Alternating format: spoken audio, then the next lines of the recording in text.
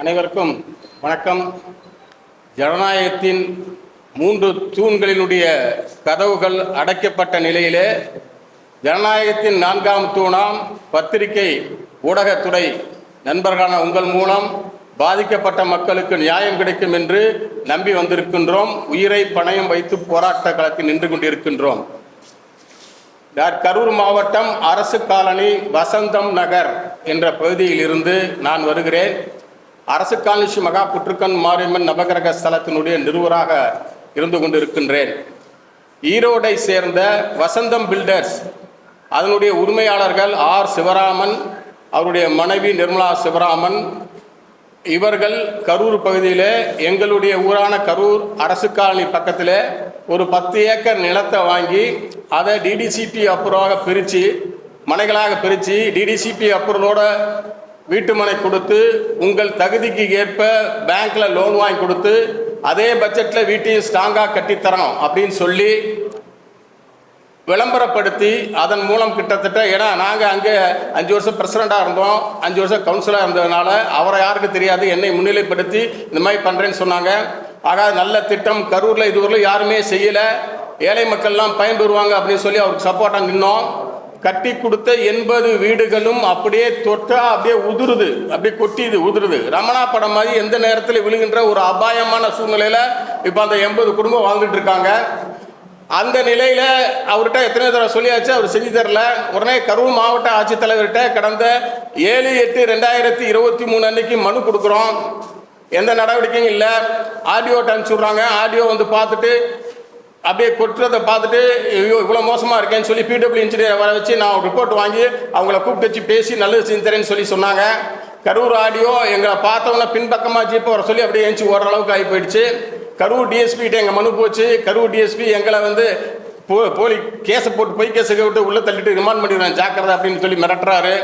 அதனால் நாங்கள் சிஎம் செல்லுக்கு வந்து பெட்டிஷன் கொடுத்தோம். சிஎம் செல்லில் வந்து பெட்டிஷன் கொடுத்து பத்திரிகை நிறுவனம் உங்களுக்கு முன்னால் பேட்டியெல்லாம் கொடுத்து கூட போனோம். எந்த நடவடிக்கையும் இல்லை. அதுக்கடுத்து பார்த்தீங்கன்னா இங்கே சென்னையில் இருந்து ஜனாதிபதி கொண்டு மாண்புமிகு பிரதமர் முதற்கொண்டு உள்துறை மாண்புமிகு உள்துறை அமைச்சர் முதற்கொண்டு உச்சநீதிமன்ற தலைமை நீதிபதி அவர்களுக்கும் அதே போல் நேஷனல் ஹியூமன் ரைட்ஸ் கமிஷனருக்கும் டெல்லிக்கு அனுப்பிச்சிட்டு இங்கே கவர்னர், சிஎம், அடுத்து மாநில மனித உரிமைகள் ஆணையம், சென்னை உயர்நீதிமன்ற தலைமை நீதிபதி, உச்சநீதிமன்ற தலைமை நீதிபதி எல்லாத்திற்கும் மனுக்களை பதிவு தபாலில் அனுப்பிவிட்டோம். அதற்குண்டான ஆதாரங்கள் அத்தனை இங்கே இருக்குது. கரூரில் நாங்கள் நடத்தின போராட்டம், நிறைய போராட்டம் நடத்தியாச்சு. என்னை பற்றி ஒரு வரி சொல்லி ஆகணும், ஏன்னா எந்த அளவுக்கு ஆணித்தரமாக போராட்டம் நடத்துவேங்கிறத.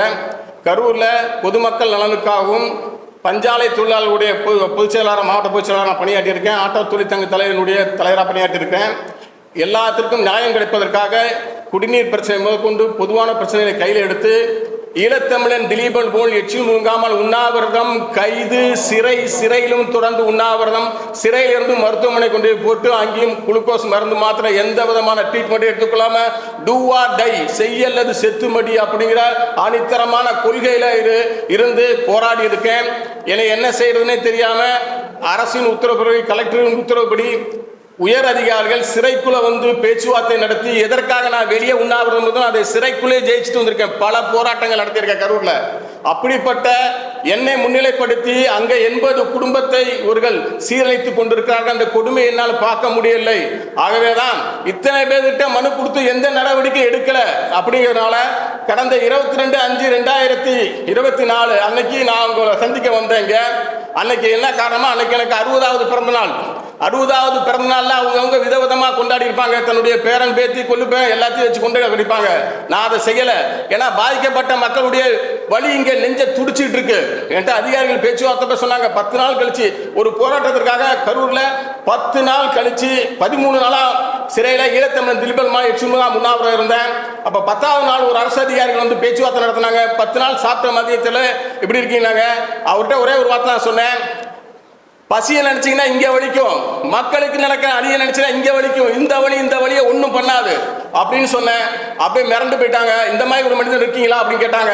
அவ்வளவு போராட்டம் நடத்தி நிறைய பேருக்கு நன்மை செய்த என்னை வைத்து இந்த மாதிரி இந்த மக்கள் பழிவாங்கப்பட்டிருக்காங்க அப்படிங்கிறத மனசு தாங்க முடியாம இறுதியான போராட்டம். ஏன்னா நாங்கள் இப்போ கலெக்டர் ஆஃபீஸில் போய் நாங்கள் இடத்தமிழ் திவ்யமாய் சிமுகாம் உண்ணாவிரதம் இருந்தோம். கைது பண்ணி சாயந்தரம் விட்டாங்க. Aadhaar card, pan card, voter ID, ration card இதெல்லாம் மக்களோட சேர்ந்து போய் கலெக்டரை கொடுக்க போனோம். அரெஸ்ட் பண்ணி 22 பேர்த்த அரெஸ்ட் பண்ணி சாயந்தரம் விடி விட்டாங்க. மறுபடியும் பேச்சுவார்த்தை நடத்துவோம். நாங்கள் பேச்சுவார்த்தை நடத்தலை. பிஎம் ஆஃபீஸ்லேருந்து கூப்பிட்டு பேசினாங்க. அவங்க உங்களுடைய மனுவை ஆங்கிலத்திலையும் தமிழ்லையும் அதாவது ஹிந்திலையும் அனுப்ப முடியுமா, தமிழில் வந்திருக்கு அப்படின்னாங்க. நான் உங்கள்கிட்ட ரிப்பேர் பண்ணேன். நம்மளுடைய பாரத பிரதமர் நம்ம இந்திய நாட்டில் பல மொழிகள் பேசப்படுகிற ஒரு நாடு நம்ம நாடு. அதில் ஒன்று பாரத பிரதமருக்கு தான் எல்லா மொழியும் தெரியுங்கிற அவசியம் கிடையாது.